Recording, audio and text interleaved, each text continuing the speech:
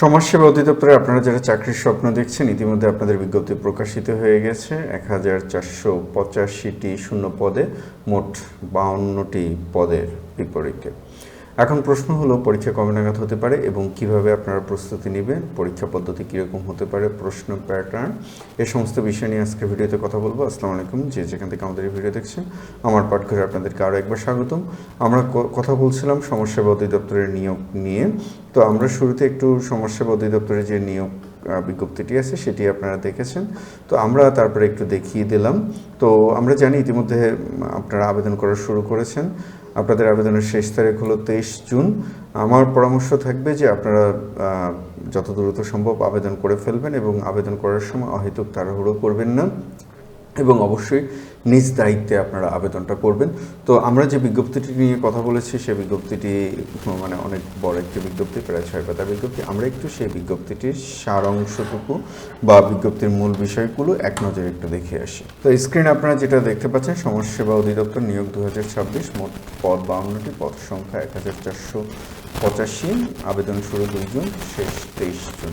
যেটা বলছিলাম যে আপনারা আবেদন করবেন এবং আবেদন করার পরে আবেদনের ফি পরিশোধিত হয়েছে কি না সেটা নিশ্চিত হয়ে নেবেন, কারণ এরকম অনেক প্রশ্ন আসে বা অনেকে আমি ফোন পাই যে স্যার আমি দোকানে টাকা দিয়ে আসছিলাম, কিন্তু পরবর্তীতে আমি যখন চেক করেছি বা অ্যাডমিট তোলার সময় তখন দেখি যে আমার ফি অপরিশোধিত দেখাচ্ছে বা আমার অ্যাডমিট দেওয়া হচ্ছে না।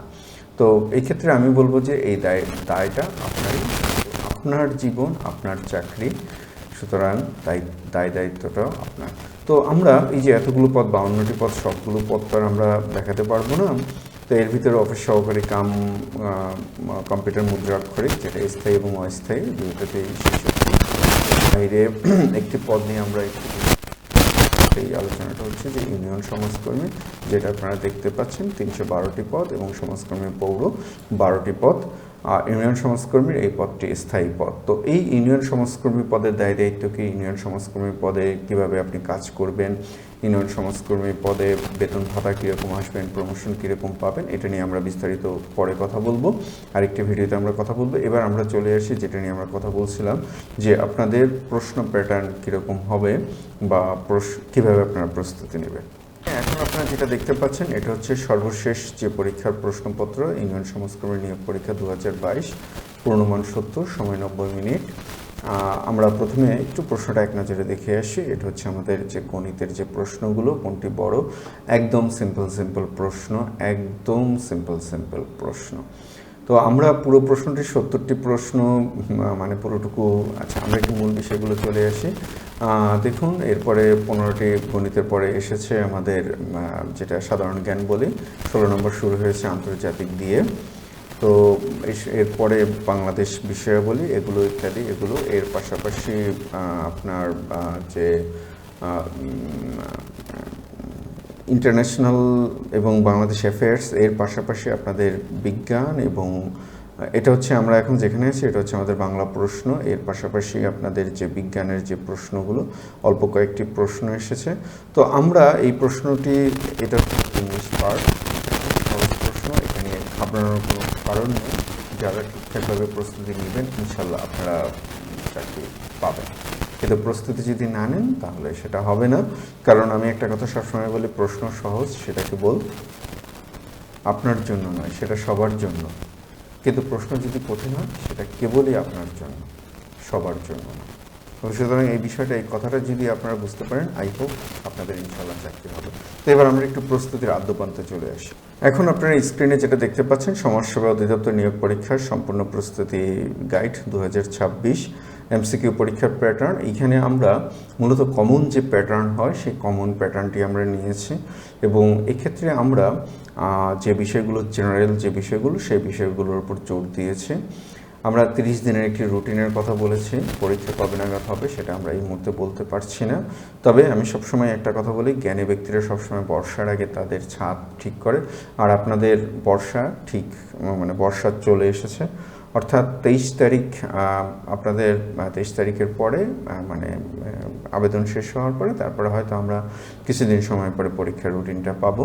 তো আপনারা প্রস্তুতি নিতে থাকবেন, আর তা না হলে যদি প্রস্তুতি ঠিকভাবে না নেন তাহলে হয়তো মানে কেবল আফসোসই করতে পারবেন এবং অন্যকে দোষারোপ করতে পারবেন।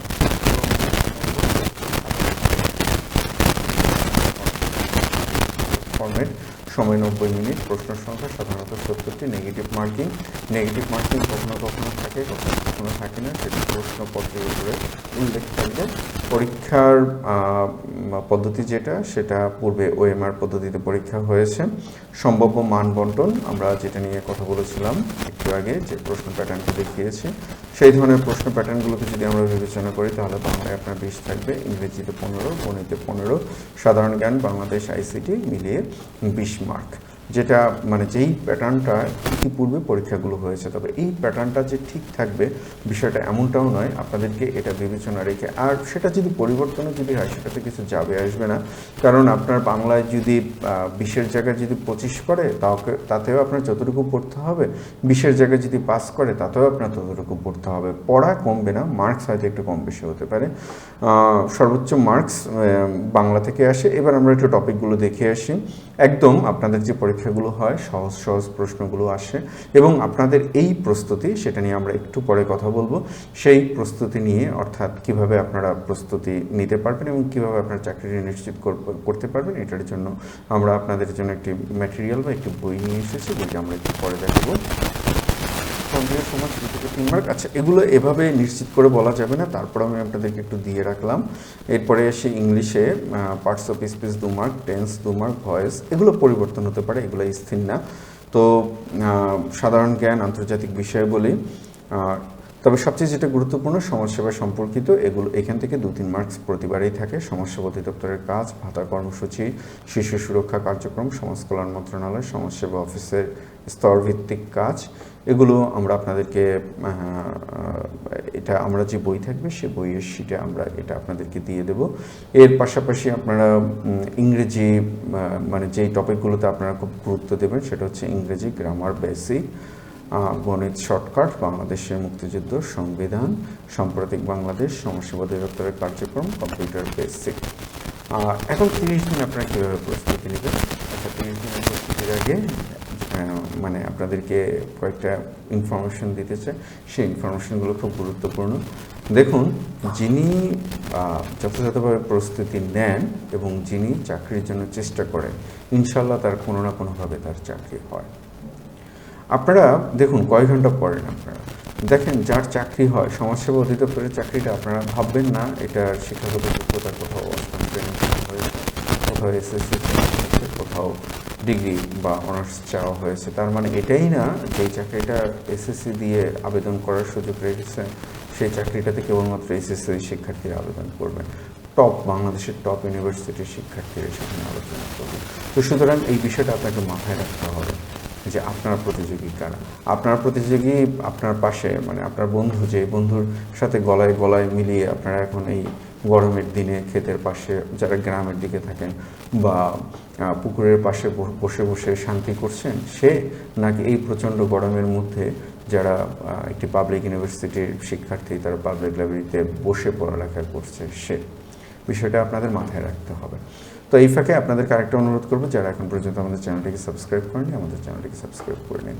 তো এখন বিষয়টা হলো যে 30 দিনের প্রস্তুতি, আমি এটাকে একটু বাড়িয়ে 60 দিন করতে চাই। আপনার খুব বেশি দরকার নেই, আপনার দৈনিক 1 থেকে 1.5 ঘন্টা যদি আপনি নিয়মিত পড়তে পারেন, ইনশাল্লাহ আপনার চাকরি হয়ে যাবে। তবে যারা চাকরিটা নিশ্চিত করতে চান তাদের জন্য সময়টা আরও বেশি দরকার, দিনে 4 থেকে 5 ঘন্টা দরকার তাদের, যদি সম্ভব হয় আরও বেশি 15 ঘন্টা, 20 ঘন্টা বা 24 ঘন্টা আপনাদেরকে পড়তে হবে। কীভাবে করবেন সেই বিষয় নিয়ে ধারাবাহিক ভিডিওটা আমরা দেবই, ওই কারণেই বলেছিলাম যে আমার পাঠঘরের সাথে আপনারা থাকবেন। যারা এখন পর্যন্ত সাবস্ক্রাইব করেনি আমাদের চ্যানেলটিকে সাবস্ক্রাইব করে ফেলুন। এবার আসি বইয়ের বিষয়ে। দেখুন, আমরা একটু বইটা আপনাদেরকে দেখিয়ে নেই। স্ক্রিনে আপনারা বইটি দেখতে পাচ্ছেন, একদম সিম্পল বই, আপনাদের জন্য যতটুকু দরকার ঠিক ততটুকু। এভাবে যদি আমরা প্রত্যেকটা পার্ট যদি আপনাদেরকে দেখাতে চাই, আমরা প্রত্যেকটা পার্ট আপনাদেরকে দেখাতে পারবো। এখন আমরা যেটা দেখাচ্ছি সেটা হচ্ছে বাংলা, এবং আমাদের বইয়ে 2টি পার্ট, একটি হচ্ছে আমাদের টপিক বেস পার্ট এবং আরেকটি হচ্ছে আমাদের প্র্যাকটিস পার্ট। টপিকটা যদি আপনাদের মোটামুটি পড়া থাকে, এই টপিক পার্টটুকু না নিলেও চলবে। আপনারা যদি টপিকটা ভালোভাবে পড়া থাকে তাহলে আপনারা আমাদের যে প্র্যাকটিস পার্ট আছে সেই প্র্যাকটিস পার্টটা আপনারা নিতে পারেন। এবং এই বইটি একদম 11 থেকে শুরু করে 20তম গ্রেডের যত ধরনের চাকরি আছে জেনারেল বাংলাদেশে প্রায় প্রত্যেকটা চাকরির ক্ষেত্রে আপনার কাজে লাগবে। অর্থাৎ একবার কিনলে আপনার বা একবার সংগ্রহ করলে বইটি আপনার আর দরকার নেই। তা আমরা একটু বাংলা পার্টটা দেখলাম, আমরা একটু ইংলিশ পার্টটা দেখিয়ে আসি। এটা আপনারা এখন দেখতে পাচ্ছেন আমাদের ইংলিশ পার্টটুকু একদম সিম্পল, যতটুকু দরকার কেবলমাত্র ততটুকু, একটুও বেশি নেই আপনাদের। এবং আমি আবারও বলছি, আমার পাঠঘরের সাথে আপনারা যারা দীর্ঘদিন থেকে আছেন আপনারা এইটুকু জানেন যে আমরা যেটা করতে পারি আমরা শুধু সেটুকুই বলি, অর্থাৎ যেটা আমরা করতে পারবো না সেটা আমরা কখনোই বলি না। এটা আমাদের ইংলিশ পার্টটুকু আপনারা দেখতে পাচ্ছেন। একই রকমভাবে আপনাদেরকে আমি ম্যাথ পার্টটুকু একটু দেখাই। তো এবার আপনারা আপনাদের ম্যাথ পার্টটুকু দেখতে পাচ্ছেন, একদম সিম্পল ম্যাথ পার্টটুকু, অর্থাৎ এইখানে বাড়তি কোনো কিছুই নেই আপনাদের জন্য। তো এইখানে আমরা আপনাদেরকে যে ম্যাথের বাকি মানে মাঝখান থেকে দেখালাম প্রায় প্রত্যেকটা জায়গায় এরকমভাবে করা। এরপরে আমরা চলে এসে আপনাদের জন্য সবচেয়ে গুরুত্বপূর্ণ যে পার্টটুকু, সেই পার্টটুকু হচ্ছে আমাদের প্র্যাকটিস পার্ট। এটা হচ্ছে আমাদের Bangla practice part. Bangla practice পার্টে আমাদের মোট 1042টির মতো প্রশ্ন, ইংলিশে অনুরূপভাবে 1042টির মতো প্রশ্ন, গণিতে প্রায় 550, বাংলাদেশ অ্যাফেয়ার্স, ইন্টারন্যাশনাল অ্যাফেয়ার্স সব কিছু মিলিয়ে প্রায় সবগুলোকে যদি আমরা যোগ করি প্রায় 5000টি প্রশ্ন আছে। অর্থাৎ যাদের কেবলমাত্র একটু বেসিক পড়া আছে তারা যদি এই 5000টি প্রশ্ন, যেমন ধরুন আপনি যদি 2 মাস সময় পান, 2 মাস সময় পেলে 60 দিন, প্রতিদিন যদি আপনি 100টি করে প্রশ্ন পড়েন তাহলে মোট 6000টি প্রশ্ন আপনার কাভার হয়ে যায়, যেটা খুব কঠিন কোনো কাজ না। এবং ঘুরে ফিরে বাংলাদেশে যতগুলো পরীক্ষা হচ্ছে আপনার বিসিএস কেন্দ্রিক বা বিসিএস স্টাইলে, প্রায় প্রত্যেকটাতে এই 6000 মানে এই 5000 প্রশ্নের মধ্য থেকেই আসছে। তো আমরা একটু ভেতরের দিকে যাই আরও। তো এখন আছি আমরা ইংলিশ পার্টে, দেখুন সেম সেরকম প্রশ্ন আপনাদের জন্য।